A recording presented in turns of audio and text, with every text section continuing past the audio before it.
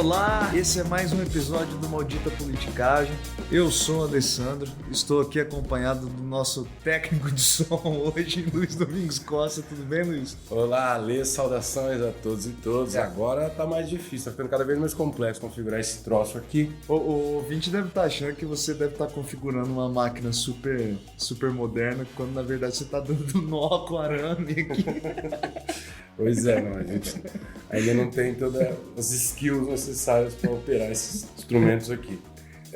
Então, qual que é o episódio de hoje? O episódio é Eleições e Sistema Político no Brasil. Uma grande introdução, né? Um episódio que a gente fez pensando abrir esse bloco de episódios sobre eleições, né? Um bloco introdutório, então, vai ser tratado hoje, né, Luiz? E de alguma forma ele é o terreno para o episódio seguinte, no qual nós vamos ter uma discussão um pouco mais aprofundada, e então hoje é uma introdução a isso. Basicamente vamos começar com uma ideia de que todo sistema político ele é um compósito, né? Se vocês quiserem entender o que é um compósito, é aqueles vidrinhos que tem em feira de artesanato, um vidrinho que você tem as areinhas coloridas dentro, você vai, sabe, uma obra de arte. Você coloca areias com cor azul, verde, nunca viu? Não sei, não conheço o que é isso aí, não. Então, você faz imagens, você pinta coisas com areia dentro de um... Sei.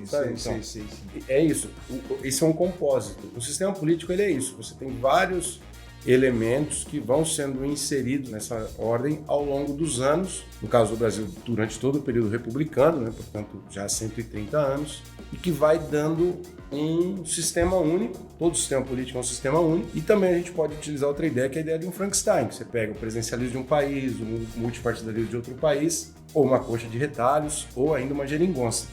Porque sempre é isso, dependendo da combinação de cada país, esse sistema fica mais difícil, mais complexo, mais obtuso, mais confuso. E a segunda imagem, já que nós estamos nas eleições, é que quando você observa as eleições para deputados, também para vereadores, enfim, nas grandes cidades, dada a multiplicidade e a enorme quantidade de candidatos, a gente pensa numa maratona. Porque uma maratona, você sempre tem os candidatos que de fato disputam, né, que são os quenianos, né? Ou outros competidores que são profissionais da coisa, mas também tem os corredores amadores, tem aqueles que vão fazer folia com cartazes, com fantasias de Homem-Aranha, de Batman. Então, a eleição para deputado no Brasil, dependendo do estado, chega a ter 600, 700, até perto de 1.000 candidatos para um determinado voto do eleitor.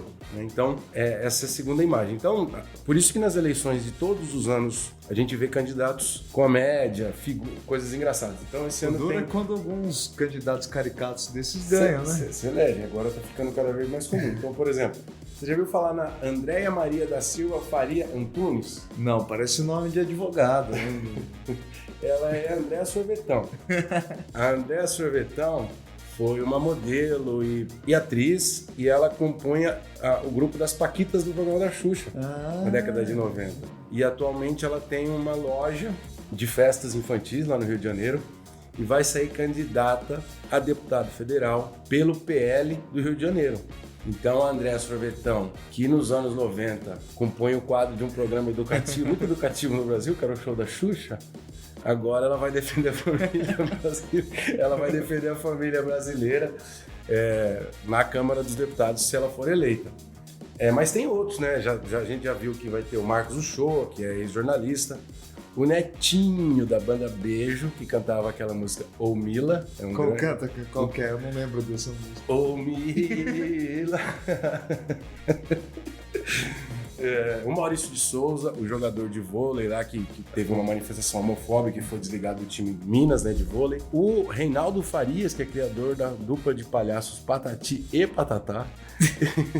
Esses são alguns desses candidatos franco-atiradores que vão participar das eleições desse ano para cargos proporcionais no Brasil. Aliás, daqui para frente, né, a gente tem uma missão aqui com o nosso ouvinte. A gente podia procurar sempre uma figura dessa, né? Porque são muitas, né? A gente, na verdade, podia pedir para eles enviarem quando eles forem recebendo. Também, quando eles forem recebendo no seu WhatsApp, nas suas redes sociais, figuras engraçadas, bizarras, que for, vocês mandem pra gente.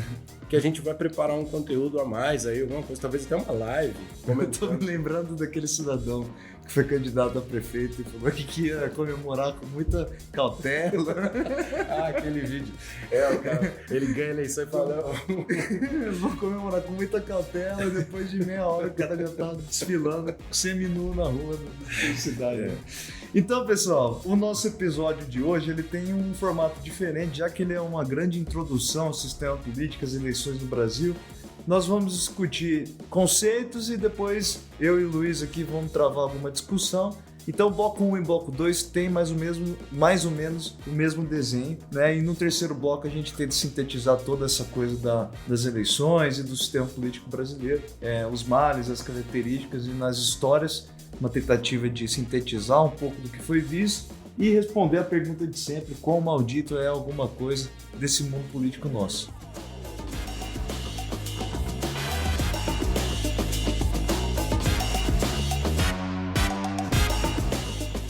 Então, Luiz, vamos começar daquelas questões mais amplas possíveis. O nosso sistema de governo. Vamos lá, qual que é o nosso sistema de governo? Como ele se diferencia de outras formas? Bom, é o presidencialismo, adotado na primeira Constituição da República do Brasil, em 1891. E foi introduzido lá, nessa Constituição de 1891, em parte pelas mãos do Rui Barbosa, que era um grande diplomata, um político, foi um abolicionista no Brasil e ele também foi parte do movimento antivacina da época, sabia? E, segundo consta, o Rui Barbosa não era um defensor tão árduo do presidencialismo anteriormente. Ele até defendia o parlamentarismo, que era muito característico da Inglaterra. Mas, como ele era a favor de maior descentralização política, ele queria um regime federativo, que a gente já vai discutir, e o Marechal Deodoro queria o presidencialismo, ele cedeu para o Marechal Deodoro. Então, lá nasce esse modelo, a adoção disso. E o que ele significa? Ele, diferentemente do parlamentarismo, o outro grande sistema de governo,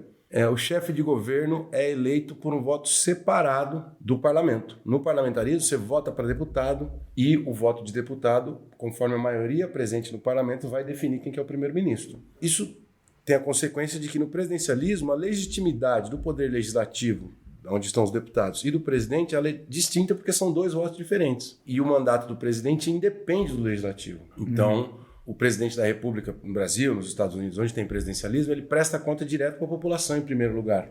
E no parlamentarismo, ele presta conta em primeiro lugar para o parlamento. Geralmente, isso divide mais o poder. Você tem dois poderes, o executivo e o legislativo, muito independentes entre si. Inclusive, a negociação entre esses dois poderes é uma das principais discussões que nós temos no Brasil, né? Como a gente vai explorar mais adiante. No nosso presidencialismo também há de se ressaltar que o chefe de governo, aquele que é o líder do governo, né, dos eleitos, é a mesma pessoa que vai ocupar também a posição de chefe de Estado, né, representante maior da nação, né? Isso é diferente, por exemplo, no caso da Alemanha, que tem um presidente e um primeiro-ministro, né? E também, mais comum ainda, no caso da Inglaterra, que tem a rainha como chefe de Estado e o primeiro-ministro ainda, o Boris Johnson, como chefe de governo. O Japão também, né, que a gente falou em alguns episódios atrás. O caso desses países em que você tem as duas figuras separadas, é só pensar o seguinte: quando você tem uma função cerimonial, a função menos importante do ponto de vista político e administrativo é do chefe de Estado. Então, quando a rainha Elizabeth recebe alguma figura, o Bonovox, vai tomar café com a rainha, o chá com a rainha.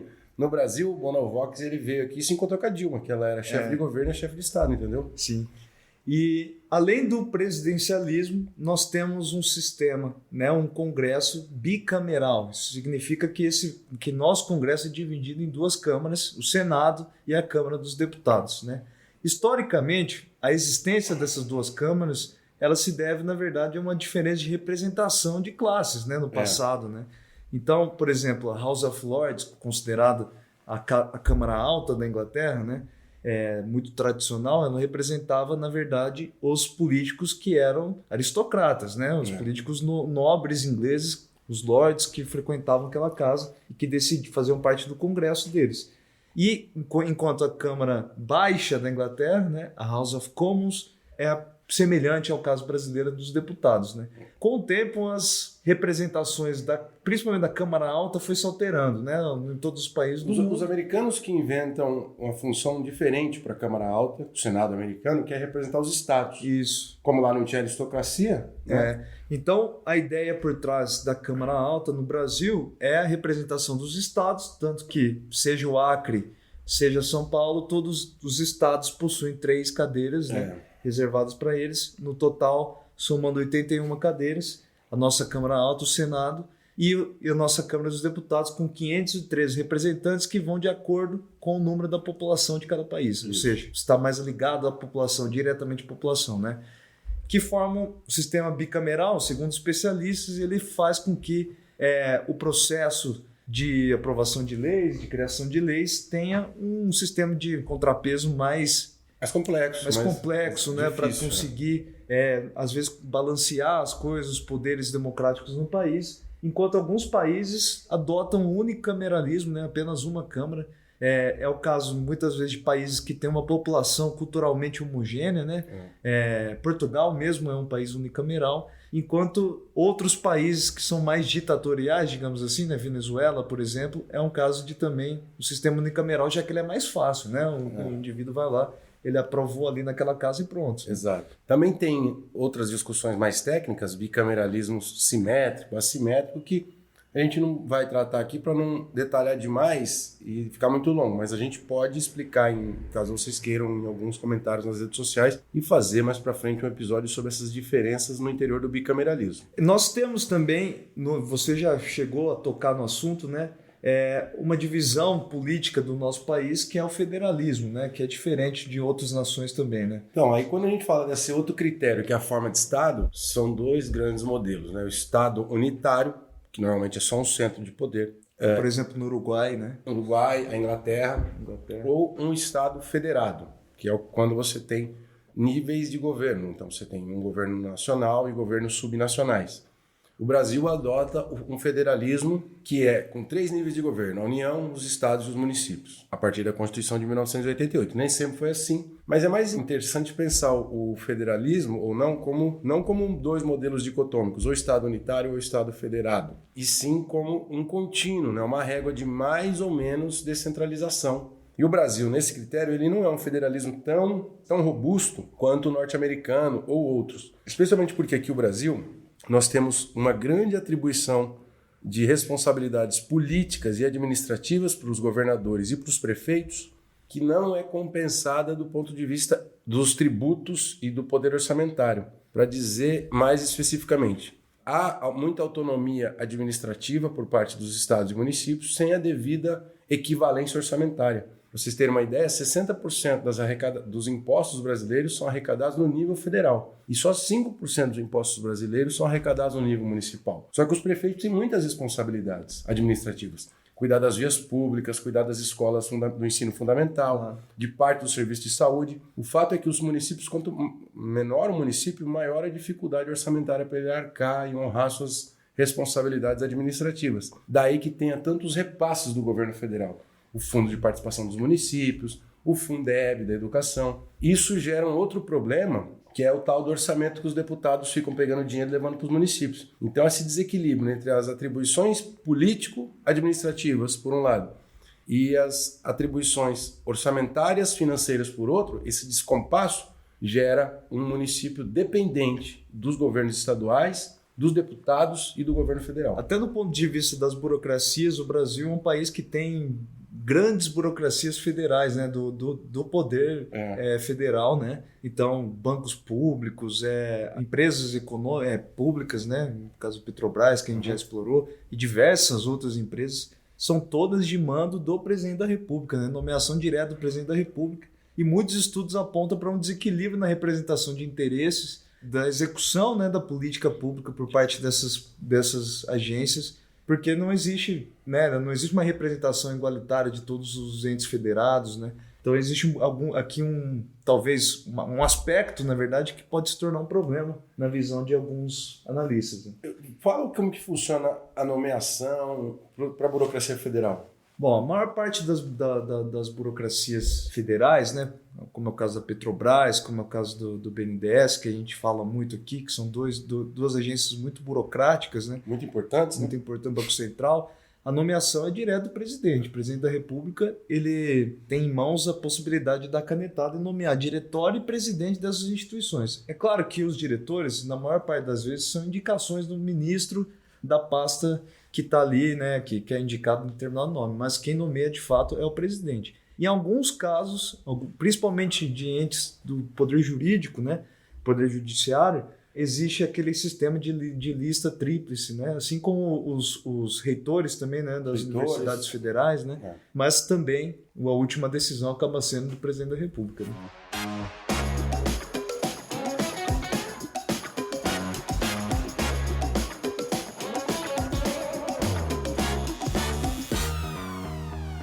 Bom, Luiz, discutindo as coisas mais amplas, né? Agora vamos para um palavrão no ouvido da maioria da população, né? Que eu acho que só cientista político que decora esse negócio, que é o nosso sistema eleitoral descrito como eleições proporcionais de lista aberta com distritos grandes. O que significa isso? Palavrão mesmo, mas dá para ir fatiando a expressão para fazer com que os ouvintes consigam captar que é muito importante entender esse troço. Primeiro, grandes magnitudes ou distritos de grandes magnitudes. São os distritos que nós elegemos os deputados federais, estaduais, que são os estados no Brasil. Os estados, né? Essa magnitude é o número de cadeiras que cada estado tem para representar os ou deputados federais em Brasília ou os deputados estaduais nas assembleias de cada estado.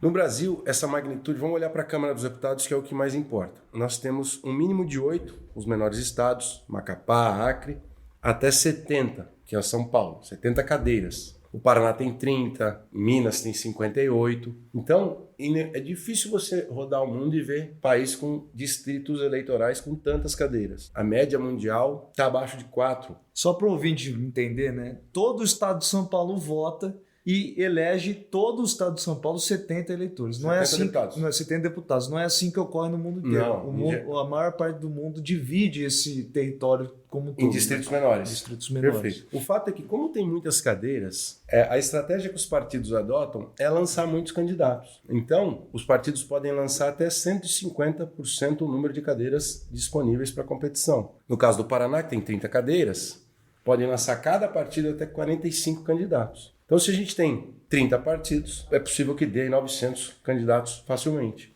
Então, por isso que é a tal da maratona que nós mencionamos lá. É uma correria de gente de tudo que é tipo.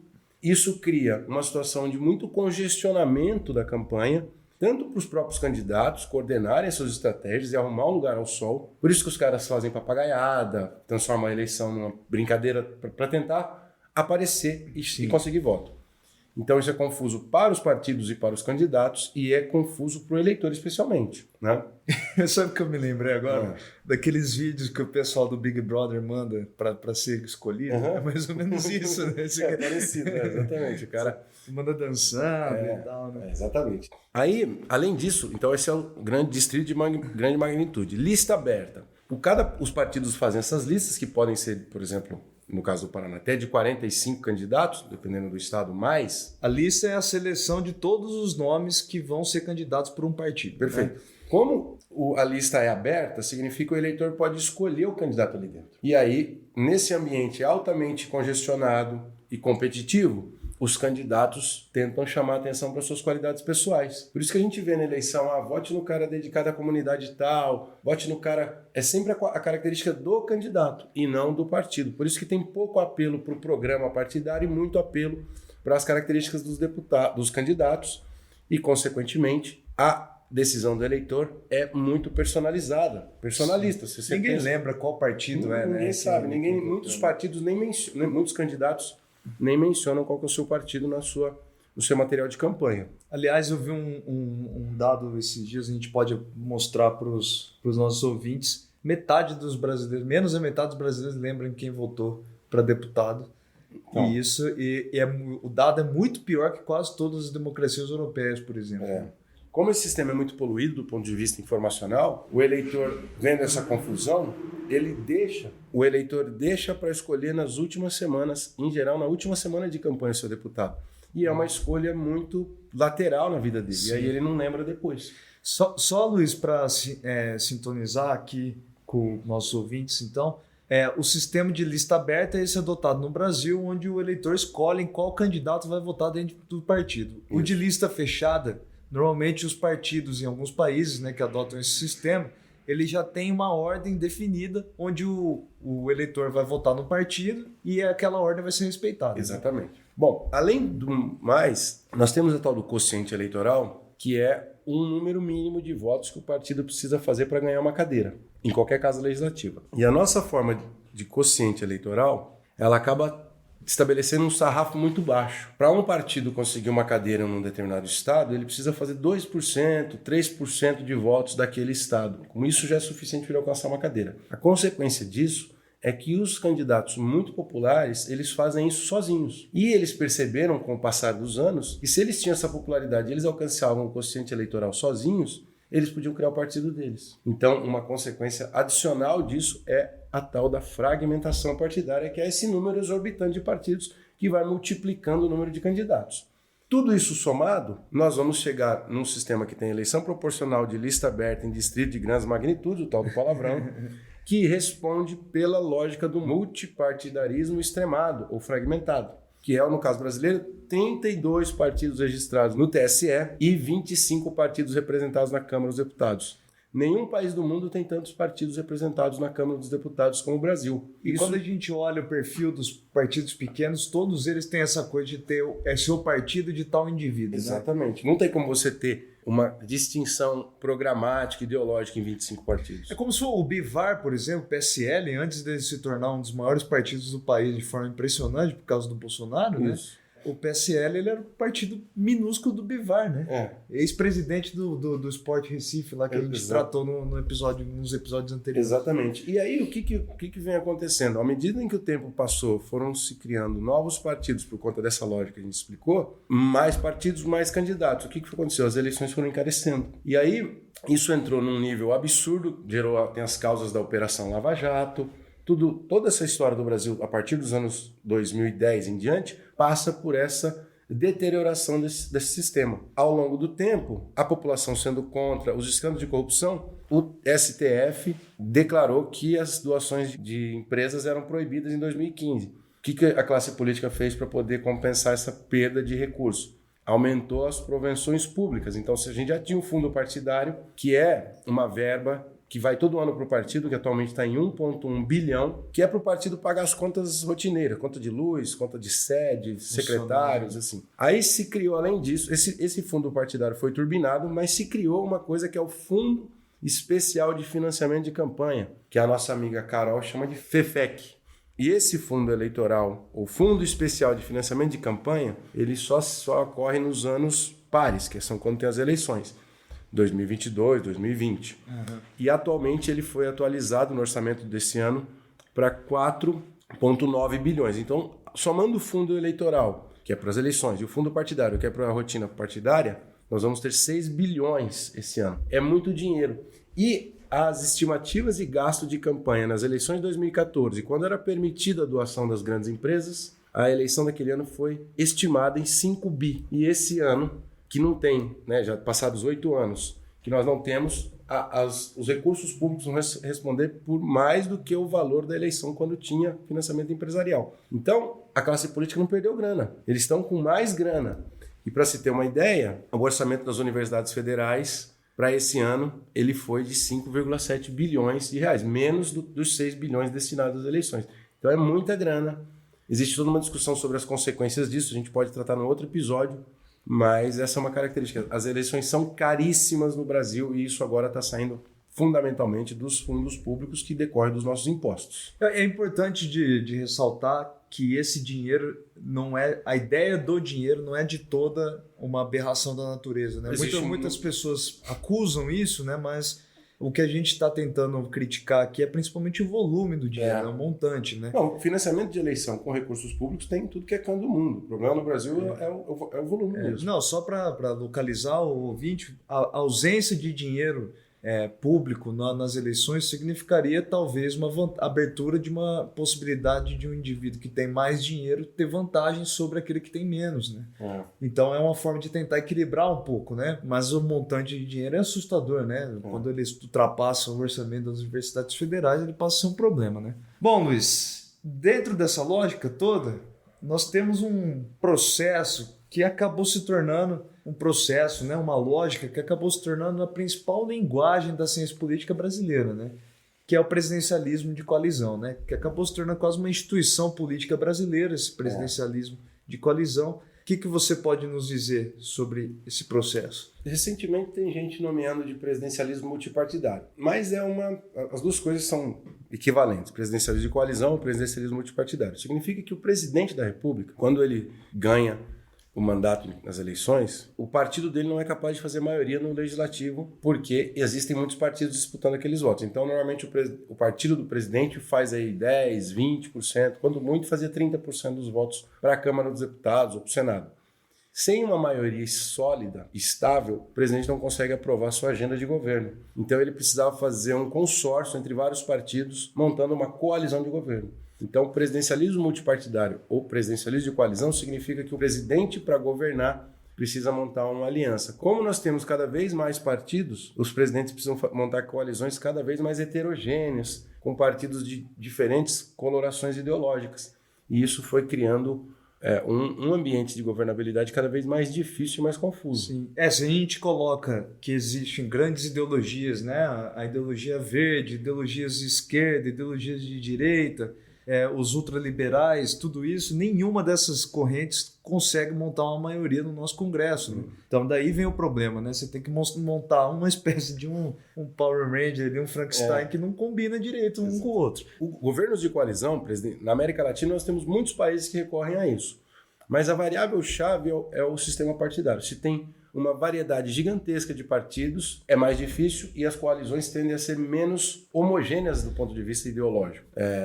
No caso do Chile, essas coalizões atualmente têm maior coesão interna. No Brasil, isso já saiu do controle um pouco. E um dos principais atores da política brasileira e que gera muita discussão, né, discussão pública sobre, é o tal do Centrão no Brasil, né? Olha o Centrão. O Centrão, ele tem tudo a ver com essa discussão que a gente tá colocando aqui sobre presidencialismo de coalizão. Em termos teóricos, partidos de centro são aqueles que não têm definidos uma pauta ideológica, né? O principal não é uma pauta ideológica, mas sim a luta por posições estratégicas dentro do Estado, né? Então são partidos que estão ali para ganhar um carguinho, né? A lógica deles é diferente, né? Na maior parte dos casos, né? Então, o Centrão, ele surgiu na Constituinte, em 1987, 88.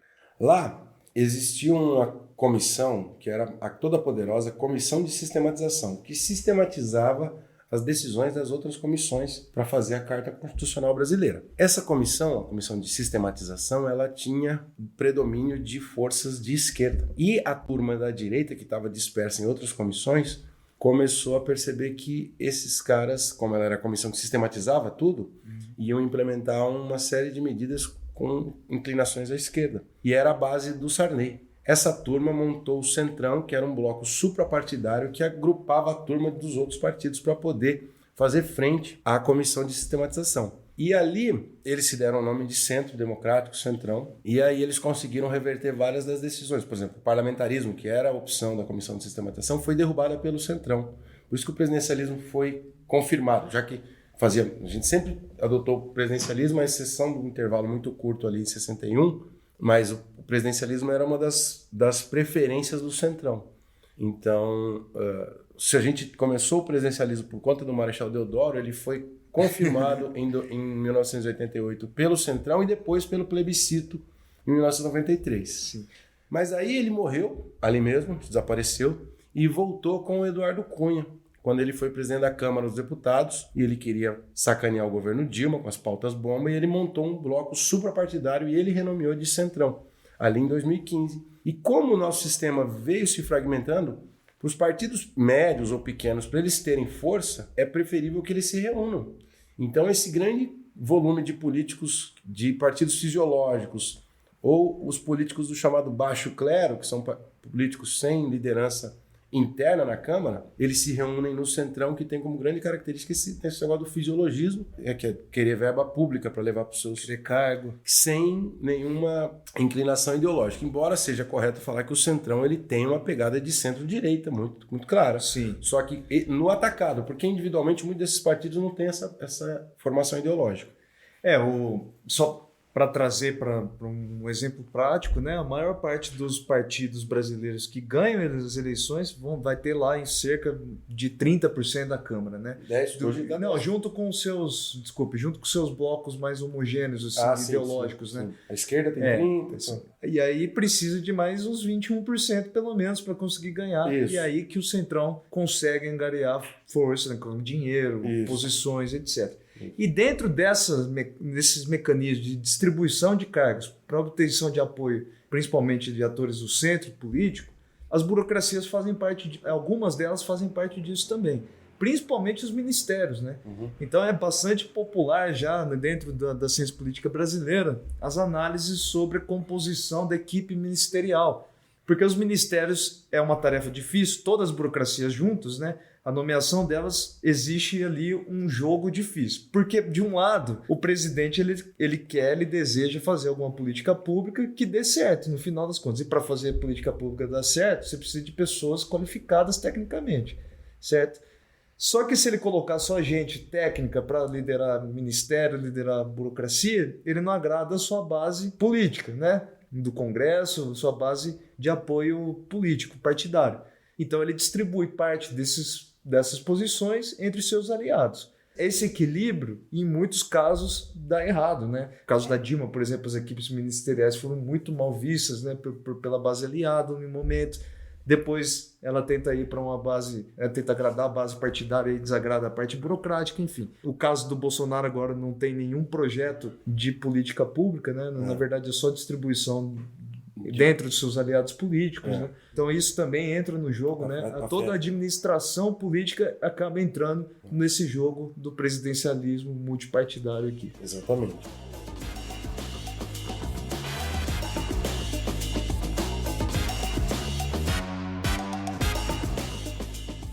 Bom, depois que a gente desmembrou o Frankenstein, agora tem que reunir de novo as peças. Então tem presidencialismo, federalismo, bicameralismo, eleição proporcional de lista aberta e multipartidarismo. Esse é o Frankenstein do sistema político brasileiro. Cada um desses itens foram sendo adotados em diferentes momentos da nossa história e hoje ele é o que dá as feições gerais do nosso sistema político, que é tão complicado para entender justamente por conta de coisas tão técnicas escolhidas em diferentes momentos do tempo. Esse sistema, na base, pro eleitor, ele é muito difícil de entender, assim como a maior parte dos sistemas políticos do mundo inteiro, mas no Brasil ele tem uma característica especial que ele é difícil de operar. Então tem uma metáfora que diz que o nosso sistema, esse presidencialismo de coalizão, que resume tudo isso, com federalismo, bicameralismo, ele é um carro velho que tende a falhar, que se o motorista, que no caso é o presidente, não tiver muita habilidade para negociar com tantos atores, com tanto poder político, afoga.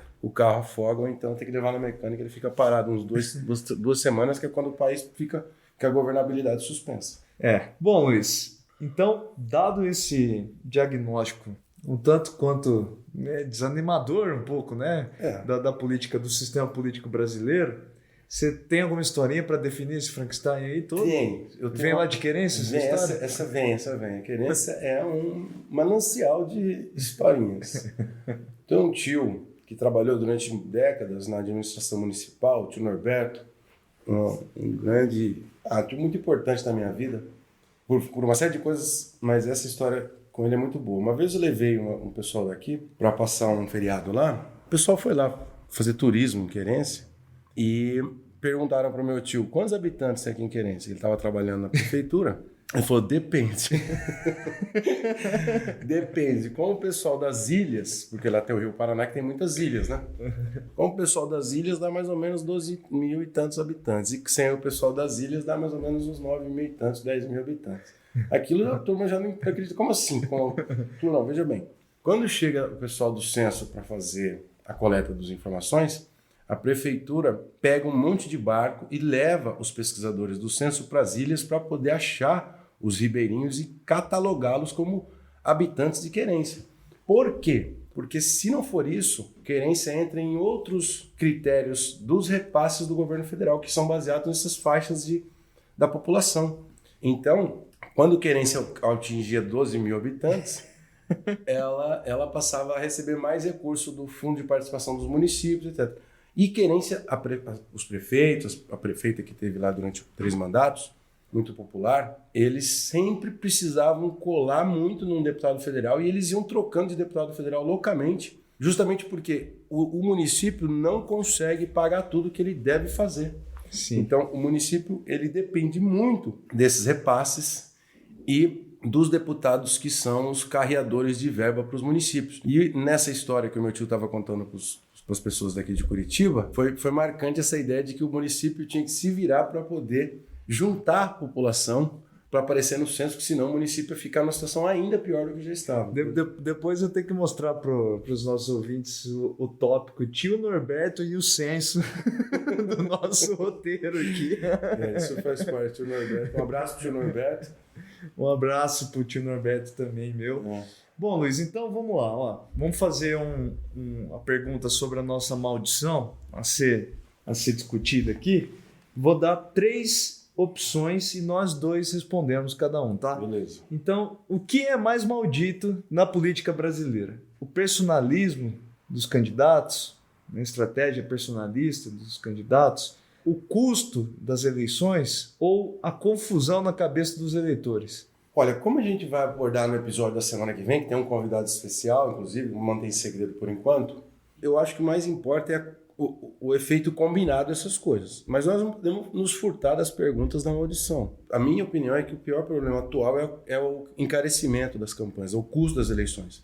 As eleições brasileiras elas adquiriram um patamar de gasto de campanha exorbitante, muito acima de países com condições econômicas muito mais fáceis, muito mais favoráveis que o Brasil. E aí, nesse sistema, que é um sistema que privilegia o dinheiro para eleger deputados, principalmente, que é o que representa o grosso da população, ele favorece ou quem tem muito cacife econômico, quem é ricaço, ou quem consegue operar o sistema a partir da lógica interna, como o Arthur Lira, ou celebridades que conseguem furar essa bolha do quociente eleitoral com a sua fama e não precisa do dinheiro. Por isso que nós vamos ter essas figuras que a gente falou lá no começo. Por isso que a Andréa Sorvetão está tentando lugar ao sol. Então, isso, como consequência, afasta os quadros, eventualmente aqueles que têm maior enraizamento na sociedade, ou são especialistas em causas importantes como meio ambiente, economia, problemas de violência na sociedade. Esses perfis, como eles não têm carreira política, eles não têm grana, e os partidos muitas vezes não dão espaço para essas figuras, eles ficam excluídos da representação, eles preferem trabalhar numa ONG, ou fazer concurso público, ou montar uma empresa. Então a política acaba sendo um lugar hostil para esses perfis e um lugar atraente para os aventureiros como o cara do palhaço Patati e Patatá e outros mais aí que vão abrilhantar a eleição de 2022, entendeu? E na sua opinião, Alessandro?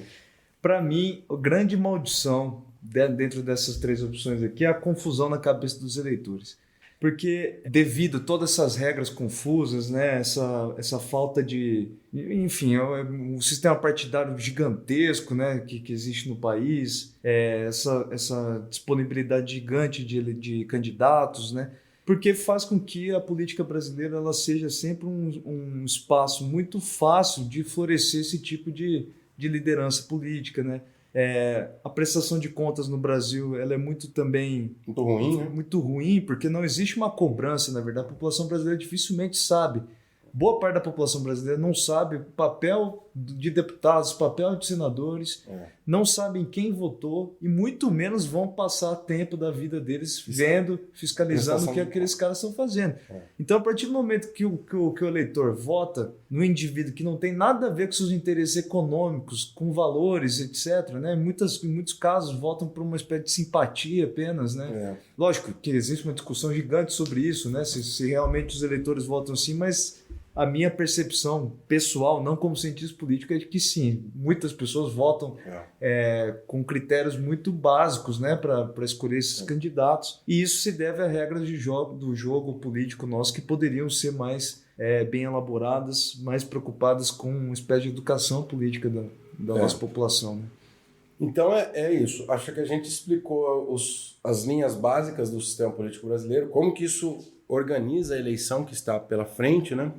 Então, eu gostaria de fazer uns avisos finais, Alessandro. Diga lá. Dizer que foi muito legal a recepção do episódio sobre o nacionalismo japonês, o Masaru Yan. A gente recebeu um retorno positivo e agradecer as pessoas que escreveram comentando.